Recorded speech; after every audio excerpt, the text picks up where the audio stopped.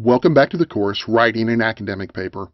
In this lesson, we're going to give you a few tips on the actual writing of your paper. As you've went through previous lessons, you can probably tell that we consider a lot of the pieces of information we're teaching you as the most important thing we're explaining. While that's obviously not true, we want you to understand there are many different elements that you need to consider and think about as you go through this process.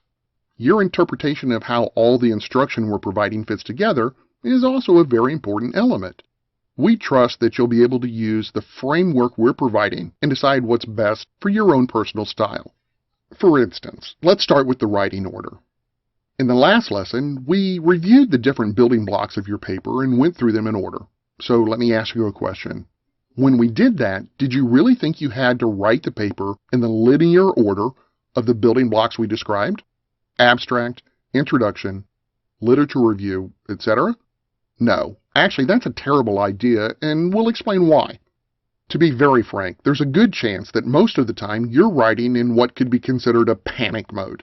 Perhaps you're doing it a few hours before a deadline for that journal you really want to make. You're putting in all your last efforts into what? The analysis? If you're going in linear order, when you're exhausted with no more energy, you're writing the discussion and the conclusion and the last push to get things wrapped up. And the result could come out terrible. You may be tired and you can't truly focus on what your research question is about, so you conclude on your last thoughts and not on the core ideas of your paper.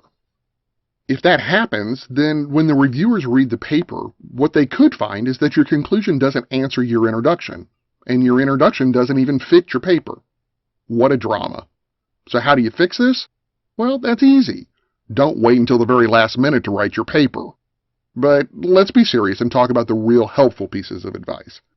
First of all, and it's a little paradoxical, but while you can rough out early drafts as you go through the process, you should rewrite the final versions of the introduction, the conclusion, and the abstract at the very end of your writing process when you're fresh and you can focus on them with full attention.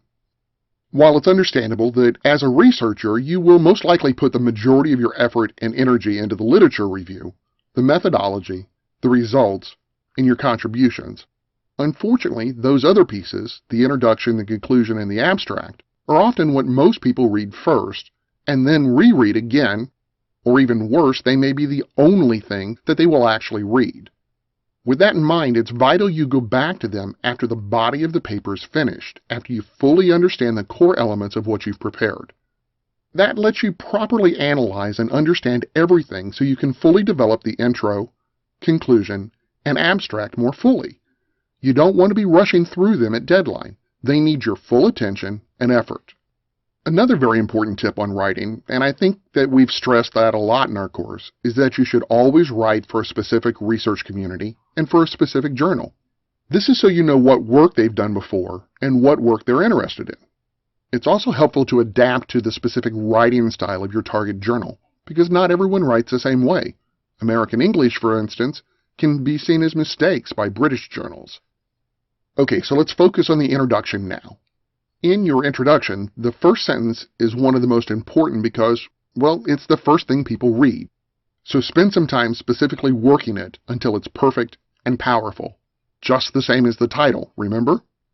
Next thing to work on in the introduction is to make sure you answer what we call the MRCI Framework. M stands for motivation. What's the motivation behind your specific topic? Do you explain not only why there's a real gap in the literature, but also why your specific research question is an interesting one, a relevant one, an important one? You could also explain why your research is necessary, but why no one else has done it before. In the MRCI framework, the R represents your results. Basically, what are your findings? That's the part where you answer the research question.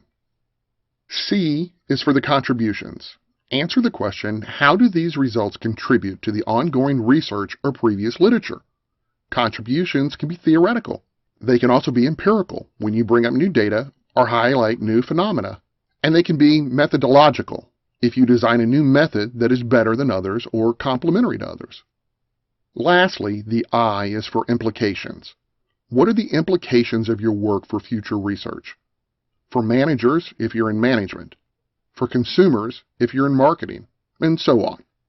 MRCI should be your leitmotif when writing the introduction and the abstract too, since the abstract is actually a short version of the introduction. It should be your recurring theme that all pieces center on. We'll go through building the abstract in another lesson. Check it out.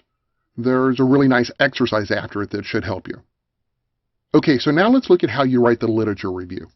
Keep in mind that most literature reviews are at best very confusing, and at worst downright boring. So when you write it, here's some tips to make a good literature review.